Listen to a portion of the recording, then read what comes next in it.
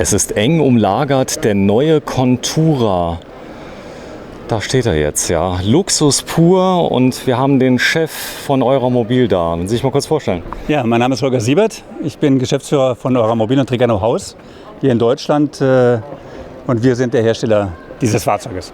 Mercedes-Benz, ja, auch innen ist jetzt Luxus pur. Das heißt, Sie haben das Cockpit komplett erneuert. Das kam sehr entgegen. Das Ganze ist jetzt PKW-like, fährt sich wie ein PKW, oder? Ja, das kann man wirklich sagen. Das ist halt Mercedes-Komfort. Was die E-Klasse beim PKW ist, das ist der Sprinter beim Reisemobil. Und wir hatten jetzt mehrere Jahre keinen Sprinter im Programm, weil die Fahrgestelle nicht so geeignet waren für Reisemobile, weil der Rahmen hinten zu hoch war und damit die Möglichkeit, ein Reisemobil auszubauen, schlechter waren. Dieses Fahrzeug, das sieht man jetzt nicht so, ist ein Fronttriebler, ist kein Hecktriebler Mercedes, sondern ist ein Fahrzeug mit Vorderradantrieb, wo, das kann ich mal hier andeuten, hier ungefähr, mal zur Seite, ja, hier hinter dem Fahrerhaus der Rahmen abgeschnitten ist. Und es ist ein sogenannter Tiefrahmen hinten dran gebaut, sieht man hier leider nicht, der deutlich tiefer ist. Wenn Sie drunter schauen, dann sieht man einen... Ja, ich sehe es. Sehen Sie es? Ja. Und dieses Fahrzeug ist damit vom Rahmen her ungefähr gut fast 25 cm tiefer. Das ist auch ein Breitspurfahrwerk, weil die Aufbauten ja in der Regel, bei uns zumindest, 2,30 Meter breit sind. Das heißt, wenn Sie ein normales Fahrgestell haben von einem Mercedes Sprinter oder auch mit Fiat Ducato, dann wirken die Räder, als ob sie ganz weit innen stehen. Und hier ist die Spurbreite breiter als bei dem normalen Fahrzeug. Und damit ist das Ganze besser proportioniert und auch die Radkästen stehen weiter außen. Das heißt, der nutzbare Raum innen drin ist doch größer. Ja, also hier hat Mercedes jetzt zum ersten Mal, seit ungefähr 2 Jahren gibt es das, ein Fahrzeug gemacht, was für die Reisemobilbranche passt. Bisher war Fiat eigentlich der dominante Partner in der Branche, weil die Fahrzeuge für unsere Anwendung besser geeignet waren. Ja, es ist so, dass der Werterhalt natürlich Wahnsinn ist beim Sprinter. Das heißt, die Fahrzeuge sind unglaublich gesucht. Jetzt nichts gegen Fiat, gar keine Frage. Aber das ist ein Auto, das sieht man überall mit so einem Mercedes-Benz. Macht man eine gute Figur. Ja, das ist definitiv so. Mercedes ist nach wie vor Image. Ja, es gibt auch gewisse Features, gerade im Bereich der Sicherheitsfeatures, die es nur gibt bei Mercedes, die es nicht gibt bei Fiat. Ob der Werterhalt genauso groß ist, das wird man sehen. Es ist ja noch relativ neu. Aber ich kann Ihnen sagen, der Werterhalt bei Reisemobilen ist generell sehr hoch. Ja, also Reisemobile haben eine viel geringere Wertverlust, als das PKWs haben. Ja, also Sie haben noch ein Auto, was nach 10 Jahren immer noch mehr als die Hälfte des Neuwagenwertes hat. Ja, wichtig ist, dass auch die Dinge, die man nicht sieht, ordentlich verbaut worden sind. Das Schöne ist ja, das geht alles magnetisch, das heißt, ich kann es einfach abnehmen. Also hier, das ist einfach ein Schutz. Diesen Schutz, den machen Sie hier vor, dass das geschützt ist das mit Magneten, richtig, vollkommen richtig, sagt das fest, dass wenn Sie zum Beispiel Fahrräder haben oder Bierkisten oder was auch immer, wenn irgendwie beim Fahren was passieren sollte, dass jetzt nicht die Elektrik, die doch anfällig sein kann, dadurch belastet ist. Ich lege das mal runter. Aber Sie sehen jetzt hier auch die ganzen Sicherungen. Das ist so ähnlich wie im Hausbereich, wie Sie es aus dem Keller kennen, wo Ihre Sicherungen sind. Ist natürlich bei uns das gleiche auch. Wir haben 2 Elektrosysteme. Wir haben zum einen 230 Volt Systeme im Auto verbaut und 12 Volt Systeme. Ja, und insofern doppelte Kreisläufe, je nach Anwendung, was der Verbraucher braucht.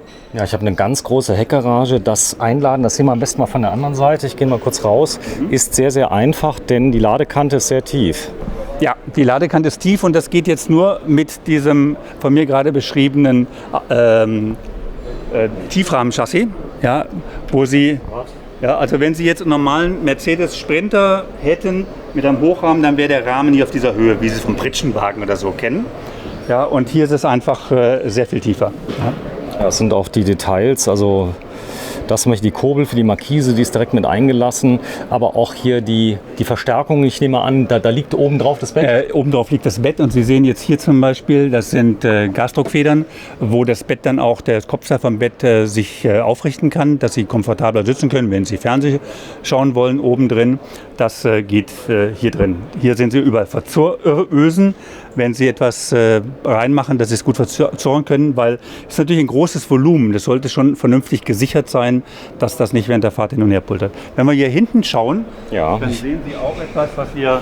Ich zeige mal gerade das Heck mal gerade komplett, weil das sieht schön aus, oder? Ganz genau. In unserer Oberklasse bei der Baureihe Tegra und auch Contura verbauen wir ein Glasfaserheck mit sehr schöner Formensprache, was dem Fahrzeug eine Wertigkeit gibt. Sie sehen das mit den Chrom-Applikationen. Wir haben ja auch diese Blinker mit Lichtlaufleuchten, die Sie von den Audi-Fahrzeugen vielleicht kennen, dass das Licht dann schön nach außen läuft. Und das sind alles Dinge, die der Oberklassenkunde gerne hat, um sich zu differenzieren auch von anderen. Sie sehen das auch hier bei uns wir haben 3, 4 und 5 Sterne Fahrzeuge, was ein bisschen die Wertigkeit zum Ausdruck bringt. Und das ist die absolute Oberklasse, das ist 5 Sterne. Die Rückfahrkamera darf natürlich nicht fehlen, aber was mir besonders gut gefällt, ist so das kantige Design, was Volkswagen irgendwann mal eingeführt hat, wird hier fortgeführt. Das automotive Design, da lacht er. Ja, das ist klar. Wenn Sie ein Haus anschauen, wir haben ja ein Haus auf Rädern. Ja, wenn Sie ein Haus anschauen, das ist bei 100 Wasser vielleicht auch rund, aber das ist in der Regel, wenn es von der Raumnutzung gut sein soll, auch eckig. Ja, und auf der einen Seite wollen wir eine gute Raumnutzung haben, innen drin, und auf der anderen Seite wollen wir außen nicht eckig sein. Das ist ein Widerspruch in sich. Ja, und hier haben wir es extra etwas aufgebrochen mit einer durchaus teuren Lösung. Also eine solche Hecklösung ist durchaus teuer. Okay. Aber in dieser Klasse... Das Werkzeug muss erstmal gemacht werden, nehme ich an. Das muss das Werkzeug gemacht werden. Es bringt dann auch ein bisschen Gewicht rein, was wir an anderer Stelle dann wieder reduzieren müssen. Aber es bringt einfach eine ganz andere Optik. Und hier will der Kunde auch ein schönes Fahrzeug haben. Sie sehen das auch. Das ist ja auch etwas, was etwas mehr Geld kostet. Zweifarbenlackierung, das ist ja beim Pkw nicht anders. Was wir hier haben, einfach damit kommt die Wertigkeit ganz anders heraus als bei einer Einfarbenlackierung. Es ist so, dass die Menschen, die ein solches Fahrzeug besitzen, stolz sind auf ihr Auto im Regelfall. Das heißt, man ist ja auf dem Campingplatz, da kommen auch gerne mal Leute und sagen, darf ich da mal reingucken? Das ist schon so auf einer Messe. Ich glaube, das hier ist so der kleine Star, oder? Mit Mercedes-Benz und dieser Inneneinrichtung. Ja, da hast du recht. Das ist schon so, dass die Leute stolz sind. Dieses Angebertum, was es vielleicht früher gab, das haben wir zum Glück nicht mehr. Ja, also wir haben mittlerweile eine Generation von Kunden, die nicht damit stronzen müssen, dass sie reich sind. Ja. Was heißt reich? Es sind ja auch oft Leute, die also gut gewirtschaftet haben im Leben. Es sind nicht immer die Reichsten. Das sind wahrscheinlich nicht die Scheiß von, ich sag mal, die Yacht jetzt in Monaco stehen haben, sondern Handwerker, Selbstständige und so weiter. 85.000 Euro Grundpreis und 116.090. Ja, hier haben wir allein schon ein Luminary-Paket von Mercedes. Ja, das ist ein Riesenpaket mit allem, was man sich vorstellen kann. Das sprach ich ja vorhin, bei Mercedes gibt es halt extrem viele Sicherheitsfeatures, die man haben kann, die man nicht haben muss. Unsere Kunden sind nicht auf der Flucht, die sind auf Urlaub.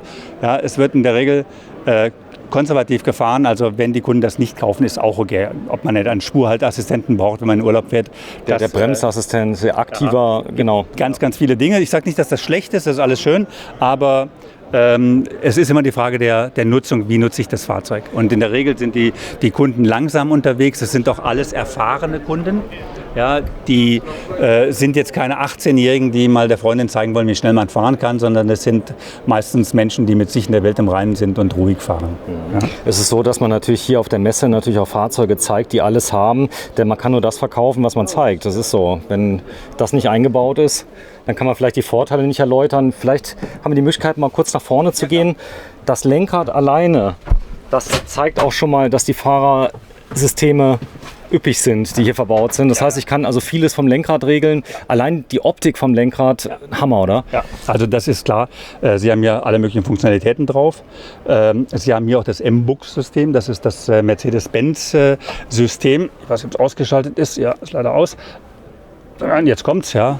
Sollte eigentlich auch mal Bild stehen, aber und hier haben Sie Einstellmöglichkeiten, die Sie bei anderen Fahrzeugen nicht haben. Aber das muss man auch sagen, das kostet seinen Preis. Ja, also wir bieten M-Bux nicht serienmäßig an, weil es viele Kunden einfach nicht unbedingt brauchen.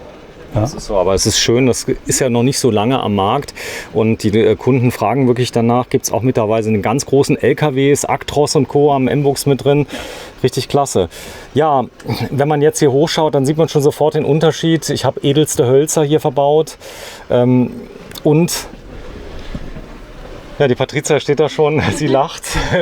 Man kann wahrscheinlich diese Sitze auch drehen, richtig? Ja, kann man machen. Ich glaube, der Patricia gefällt das Fahrzeug, ja. Gucken wir nachher mal. Ja. Ja, das kann man natürlich drehen, die Sitze. Mal selber gucken, hier ist auch was anderes hier bei uns. Ich muss dazu sagen, wir drehen gerade mit dem Holger. Der Holger ist Chef von Euramobil. Man muss nicht jede Schraube an jedem Fahrzeug kennen. Außerdem sind viele Sachen gesperrt auf der Messe, aber das geht. Das ist wichtig, aber hier haben wir es geschafft, hier das rumzudrehen. Das ist ja schon ganz wichtig. Ja? Also das heißt, wir können hier den Sitz nutzen, auch hier für den Lebensraum. Man kann den Sitz hoch machen, runter machen, kann zum Tisch fahren und das machen. Aber wenn wir hier ist das ein teilintegriertes Fahrzeug, das heißt, das Fahrerhaus ist zum Teil integriert in den Wohnraum. Und da sieht man zum Beispiel, wo wir uns bei Euramobil Mühe geben, was einen Unterschied macht zu anderen. Sie sehen hier diese Verformung. Ja, bei einem normalen Mercedes Sprinter oder bei den meisten Wettbewerbern ist hier Abschluss. Das ist nicht weggeschnitten, das geht in einem durch gerade. Und wir haben sehr aufwendig, das ist ein Rimteil hier, ein sehr hochwertiges Teil, sehr teuer auch, muss ich sagen. Wenn man hier aufsteht, dann haut man mit dem Kopf hier dran, wenn man das nicht weggezogen hat. Und bei uns ist das extra eingezogen, um einfach einen komfortableren Aufstehen und einen Gang in den Wohnraum hier zu machen. Also hier sieht man, alles, was wir hier gemacht haben, ist hochwertig an diesem Fahrzeug, passend zum Mercedes-Benz Fahrgestell. Ja. Die Stauräume, die wir haben, gehen in einem durch, optisch von dem Wohnraum bis in das Fahrerhaus nach vorne. Ja. Und Sie sehen, wir haben hier jede Menge Stauräume dabei. Jetzt müssen Sie mir fragen, wo hier der Fernseher integriert ist. Also hier ist der Fernseher integriert, sehen Sie gerade, den können Sie rausziehen, dann drehen. Das ist auch unterschiedlich je nach Grundriss, je nachdem, wo Sie sitzen. Teilweise kann auch der Kunde entscheiden, wo er das gerne haben möchte. Ich zeige mal gerade das Detail. Das ist ein 32 Zoll Fernseher, der normalerweise gar nicht reinging, ja. Und also allein das zu erfinden, dass man den drehen kann, ist natürlich ein Hammer. Ja, den ziehen das habe ich noch nie gesehen, dass da. Ja, sehen Sie mal hier, lernen Sie einiges bei uns, ja. Ja, die Kunst besteht halt darin, da Sie in der Regel ja nicht liegend schauen, sondern das Ding schon nicht hochkant, sondern quer sein sollte. Aber quer, halt, das halt sehr viel Platz wegnimmt, haben wir das hier entwickelt mit dem Drehmechanismus, um diese Form ordentlich unterzubekommen und trotzdem eine vernünftige Größe hinzubekommen. Also das hier reicht aus, um es aus der Sitzgruppe zu sehen. Fernseher sehen wir, ich weiß nicht, wie es bei diesem Fahrzeug ist, auch häufig noch mal einen zweiten im Schlafzimmer. Ja, dann kann einer die Sportschau gucken, der andere kann Lindenstraße gibt es nicht mehr, habe ich gehört, ja, oder den Bergdoktor gucken. Ja, also da kann dann jeder was machen. So, stark ist natürlich die Küche, die Arbeitsplatte, sehr hochwertig. Die ist super. Das ist ein hochwertiges Material, Mineralstoff. Ja, also Korean ist ja häufig so ein Begriff von Dupont. Das ist jetzt nicht von Dupont, das ist dementsprechend auch anders. Ja, auch mit einer Vergrößerung. Achso, hier habe ich noch eine Möglichkeit zur Ablage. Das ist eine Vergrößerungsmöglichkeit. Also Sie können jetzt hier was abstellen, weil man will auch hier natürlich ein kurzes Auto haben, aber möglichst viel Platz in der Küche. Ja, also insofern können Sie es hier verlängern. Und dann ein ganz tolles Feature. Sie haben jetzt hier den Wasserhahn. Das hatte ich mal gesehen im Designmuseum in der Zeche Zollverein in Essen. Das fand ich eine tolle Sache und das haben wir hier auch. Also es ist kein Wackelgerät, also Klapp irgendwas, sondern ein richtig, richtig hochwertiger Wasserhahn, mit dem ich vernünftig spülen kann und arbeiten kann. Aber wenn ich dann fertig bin mit Kochen und will mich gemütlich hinsetzen und ein Buch lesen und ein Glas Wein trinken, mache ich das zu und das Ganze sieht sauber aus und sieht nicht mehr so nach Arbeitsküche aus. Ich zeige mal gerade das Ganze von etwas weiter weg, weil die Leute ja doch den Raumeindruck mal gewinnen möchten. Fahrzeuglänge von dem Fahrzeug? Ungefähr? Wenn Sie aufs Grundriss gucken, 7,40 Meter. 7,40 Meter. So. Also ja, nageln Sie mich nicht fest, mache ich nicht fest auf einen halben Zentimeter. Ja? Ich zeige mal gerade so kleine Details wie dieser Tisch, den man auch halb benutzen kann, ja. Was sehr schön ist. Das kann ich auch mal machen. So, das heißt, jetzt ist er nutzbar. Jetzt ist er nutzbar und ich kann den Tisch auch so gestalten. Nicht mal was unter, das ist nicht verlängert irgendwie. So. Und jetzt habe ich einen großen Tisch, wo ich von beiden Seiten vernünftig dran sitzen kann. Diese Konstellation des Wohnraumes nennt man Face-to-Face, also Gesicht gegenüber Gesicht. Man sitzt sich gegenüber, hat den Vorteil, dass es ein sehr offenes Raumgefühl gibt. Wirklich offen. Also Also sehr, schön, sehr offen. also sehr, sehr schön sind auch die Polster. Ihr macht die Polster selber? Nein, die lassen wir machen von spezialisierten Firmen, die genau diese Polster machen. Wenn ich Was mal ganz hier? kurz so ein Detail mal sehen darf an dem Polster, wie da die Naht, der Rahmen so. gemacht ist. Die Nähte, das ist Leder. Ja, Ja. Das ist echt Leder. Und das ist schon was Ordentliches. Ne? Also, aber was der Hammer ist, jetzt muss ich mal gucken, ob jetzt dieser Auto drin ist. Jawohl. Da. Dieses Fahrzeug, dieses Fahrzeug, muss man mal gucken vorher. Ja. Er liebt sein Auto, das merke ich schon. Ja, da ja. ist ein, ist aber ein ich Sitz kenne drin. nicht alle. Ja. Ja. Diese Fahrzeuge hier, warum ist das relativ aufwendig, bieten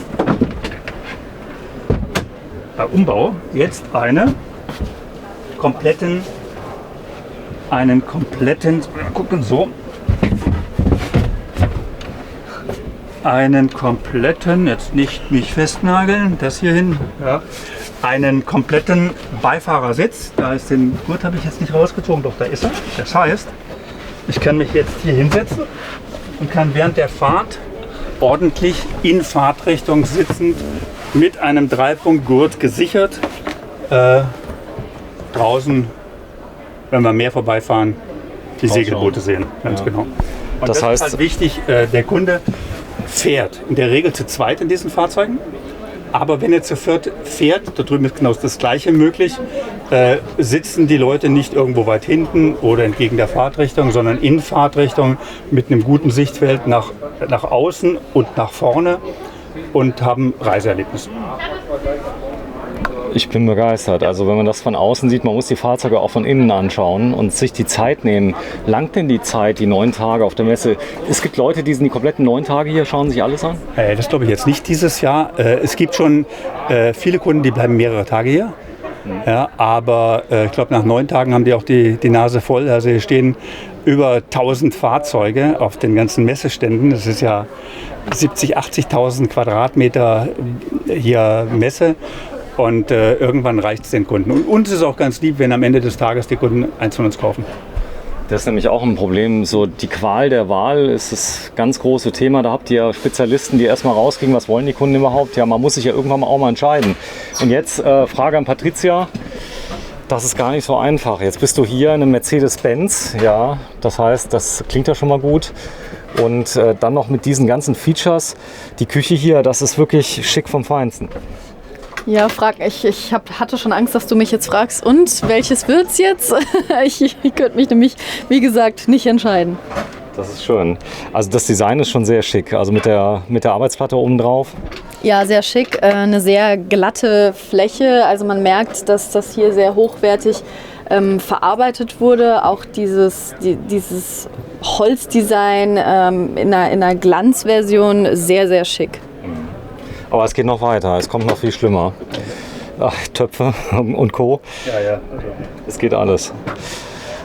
Ja, denn das Thema Längsbetten, ja, das ist, glaube ich, unglaublich gefragt, ja, dass die Leute so schlafen möchten wie im Hotel, so ein bisschen. Und das erfüllt das Fahrzeug. Ja. Also die Kunden wollen in der Regel in Deutschland Einzelbetten haben. Jetzt gucken wir uns den Kühlschrank an, glaube ich. Dann gehen wir gleich weiter zum Bett. Ja, Er hat den gerade entdeckt. ja. Großer Kühlschrank. Das ist übrigens der gleiche, den ich habe in meinem Fahrzeug. Ja, Der ist der ist gut. klasse. Ja, der kühlt, er tut seinen Job und er geht automatisch. Ja, das ist eigentlich heute ein Feature, was ganz, ganz viele Kühlschränke haben, dass sie automatische Energiewahl haben. Das heißt, wenn ich fahre, läuft das über 12 Volt über den Generator des Autos, also über die Lichtmaschine. Und wenn ich stehe, dann läuft es über 230 Volt, wenn ich einen Anschluss habe. Und ansonsten läuft es über Gas.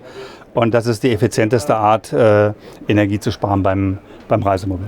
So, und jetzt wollen wir da, wo du gerade hin wolltest, schon ins Schlafzimmer. Starkes, man kann sich komplett vereinzeln, eine Doppeltür quasi. Ja, genau, also wir können, wenn wir beiden uns jetzt zurückziehen wollten, keine Angst, ja, dann würden wir hier zumachen. Und du würdest gar nichts mitkriegen, ja? Ja.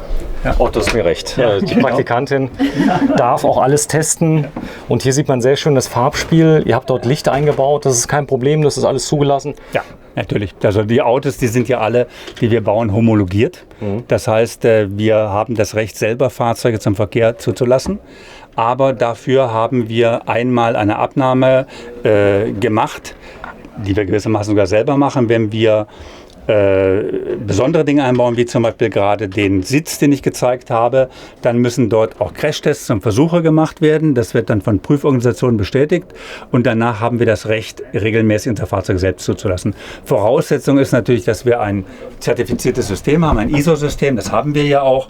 Und die sogenannte COP machen, Conformity of Production. Das ist auch da kommt auch dann immer eine Prüfstelle bei uns ins Haus, die darauf achtet, dass wir unsere Prozesse in der Produktion auch genauso haben, wie wir sie beschrieben haben.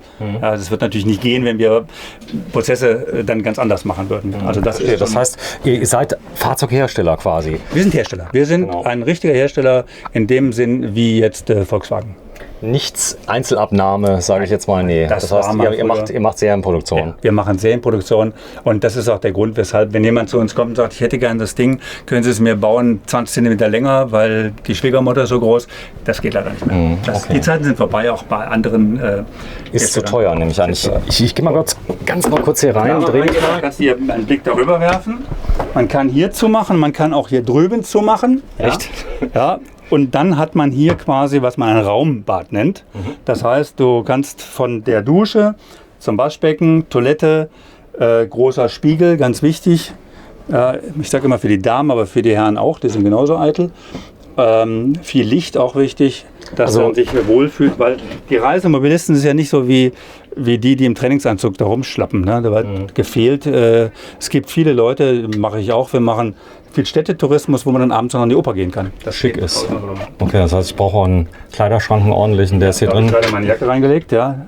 Da ist die alte Fußbodenheizung. Da ist die Wasserausdehnung der alten Fußbodenheizung, ist klar. Das ist eine Warmwasserheizung, es gibt Luftheizung. Hier im Auto ist eine Wasserheizung verbaut. Das ist wie zu Hause. Und da braucht man natürlich auch, wie auch daheim, im Keller hat man ein Ausdehnungsgefäß. Und das ist das Ausdehnungsgefäß, weil natürlich, wenn es warm wird, sich das Ganze mehr ausdehnt. So ist das. Aber da gibt es eine Einweisung, das wird alles genau beschrieben. Ich glaube, die Handbücher werden mitgeliefert. Das ist auch nochmal ein kleiner Turm. Man kommt so Stück für Stück rein dann, glaube ich, oder? Wenn man so ein Reisemobil hat. Also man sollte schon durchlesen. Wir haben Bedienungsanleitungen wie im Pkw. Mittlerweile ist ja Teil des Produktes. Das heißt, wir sind verpflichtet, das auch immer akkurat zu machen, in allen Sprachen. Das machen wir natürlich auch. Und da ist eigentlich alles erklärt drin. Und wenn nicht, dann kann man gerne beim Händler fragen. Oder wir haben in Sprendlingen auch ein Reisemobilforum, eine Ausstellungshalle, wo wir über 50 Fahrzeuge drin stehen haben, wo wir Schulungen machen, Trainings, Kundenevents. Da ist jeder gerne willkommen und da geben wir auch Unterstützung dafür. Ja, es ist unglaublich heimelig hier drin. Das heißt, also man hat ein sehr warmes Gefühl, nur warme Farben, warmes Licht. Ja. Also ja, das ist richtig. Das ist immer der Kontrast zwischen kaltem Licht, was vielleicht ein bisschen heller macht für manche Anwendungen, und dem warmen Licht. Wir bevorzugen in diesem Bereich, im Schlafbereich, warmes Licht, weil einfach die Leute sich wohler fühlen. Ne? Nee, irgendwo haben wir Lichten, die ja so ausgehen. Das ist nicht so schlimm. Aber wenn dann diese Ambientebeleuchtung ist, die können Sie auch teilweise in unterschiedlichen Farben steuern. Also es gibt ja nichts, was es nicht gibt. Und dann wird das Ganze gemütlich. Hier drüben.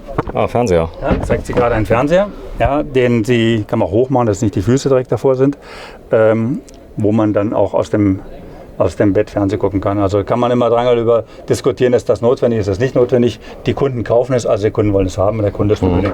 Der Kunde ist König. Hier unten ist noch ein großes Fach. Jetzt wird es ein bisschen eng, aber vielleicht geht's. Ja, klar. Wir haben hier Fächer, das sind teilweise Hängemöglichkeiten, wo wir noch...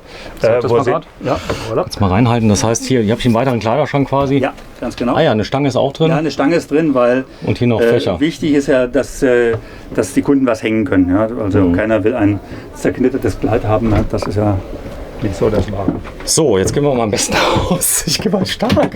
Ich bin ganz begeistert. Das heißt, ein Raumkonzept. So, jetzt hast du schon verlaufen im Auto, ja? Ja. Wenn man jetzt hier sieht, und du hast das erste Mal hier das Cockpit gesehen, oben mit diesem Formteil, was da drin ist, das sieht so aus wie ein Flugzeug so ein bisschen, oder ein Cockpit? Ja, ganz genau. Das ist auch die Wertigkeit eines Flugzeuges, ganz genau. Das ist wirklich so. Also es sieht aus, als wäre es irgendwie Cessna oder so irgendwas, ja, mit den Sitzen und dem Weiß. Man braucht keine Angst zu haben, wenn man so eine Jeans hat, die blau ist und so weiter. Das Material ist sehr, sehr strapazierfähig, richtig? Ja, also da achten wir natürlich schon drauf. Hier in der Regel sind es 2 Personen, die mit einem solchen Auto wegfahren, aber die nehmen auch mal Großeltern, die Enkelkinder mit und da kommt es schon vor, dass die Schokolade verschmiert wird. Und das müssen wir natürlich auch berücksichtigen dabei, dass die Stoffe auch gut zu reinigen sind. Da ist natürlich eine Pflegeanleitung dabei, nehme ich an. Pflegeanleitung ist dabei, wir testen auch die Stoffe. Das heißt, dann wird bei Leder gibt es bestimmte Tests, bei Stoffen gibt es Scheuertouren, damit es nicht durchgesessen ist oder die Farbe ableicht. Das sind alles Dinge, wir versprechen dem Kunden ja ein gutes Auto. Der zahlt ja auch gutes Geld dafür und dann wollen wir auch, dass er lange Spaß hat an dem Fahrzeug. Sehr schön. So, gehen wir noch mal kurz raus, denn die Schlange wird immer größer. Die Leute möchten ins Auto rein. Hier ist der Contura CT 766 EF. Ich nehme an, Kraftstoff ist Diesel. Diesel, ja. So, und da sieht man auch, also es sind wirklich viele Extras mit eingebaut und ein Soundsystem ist mit drin. Ich glaube, das ist auch ganz wichtig, wenn ich jetzt Fernsehen schaue, da kann ich dann den Ton richtig genießen. Ja, das ist jetzt wiederum Geschmackssache, weil es gibt halt Leute, die legen sehr viel Wert darauf und sind bereit für hochwertige Lautsprecher und Verstärker viel Geld auszugeben, dann machen wir das rein. Aber wie du vorher sagtest, auf einer Messe will man ja zeigen, was man kann. Und das machen wir hier. Das muss nicht 116.000 Euro kosten, das kann auch 100.000 Euro kosten. Dafür kriegt man auch ein schönes Auto. Genau, wir schauen mal ganz kurz noch mal hier rein. Das wäre dann praktisch der Arbeitsplatz des zukünftigen Eigners dieses Luxusmobils. Man kann schon sagen Luxusmobil, ne? Es ist ein Luxusmobil, definitiv ein schöner Arbeitsplatz. Ja, ja, sehr schön. Ja. Im neuen Mercedes-Benz mit Frontantrieb, heute viel gelernt, Tiefrahmen und Co. Ja, ich habe gesehen, auch in Amerika, die haben ja auch einen Sprinter, der da ist. Ja, da explodiert das Ganze und ein sehr, sehr beliebtes Fahrzeug. Wie ist die Nachfrage nach dem Fahrzeug? Die ist gut. Die ist gut. Es ist natürlich ein Fahrzeug in der Klasse, wird nicht so stark nachgefragt wie ein Teilintegriert in der 60.000 oder 70.000 Euro Klasse. Aber wir sind weitgehend ausverkauft bis zum nächsten Sommer mit diesen Fahrzeugen. Also die Nachfrage ist so groß, dass wir kaum hinterherkommen. Das ist ein Problem, aber das ist ein unglaublich positives Problem. Der Caravansalon 2020 mit dem 2021er Modell 766 EF. Wir sind am Stand von Euramobil. Ja, und Holger, ich danke dir ganz herzlich. Ja. Ich bin ganz... Ach, das da oben ist ja auch ein Hammer. Die Optik oben von dem Aufbau. Das hast du gar nicht gesehen gerade. Nee, habe ich gar nicht gesehen. Wenn man von innen rausschaut, das Ganze heißt Skydome bei uns. Dann hast du 2 hintereinander liegende Glasdächer. Oder Plexiglas ist es, aber durchsichtig wie Glas. Und man liegt da drin Licht. Und oben sieht man den Sternenhimmel. Ja, sehr schön. Also schöner geht's gar nicht. So, und das waren die letzten Worte von Holger. Danke, tschüss.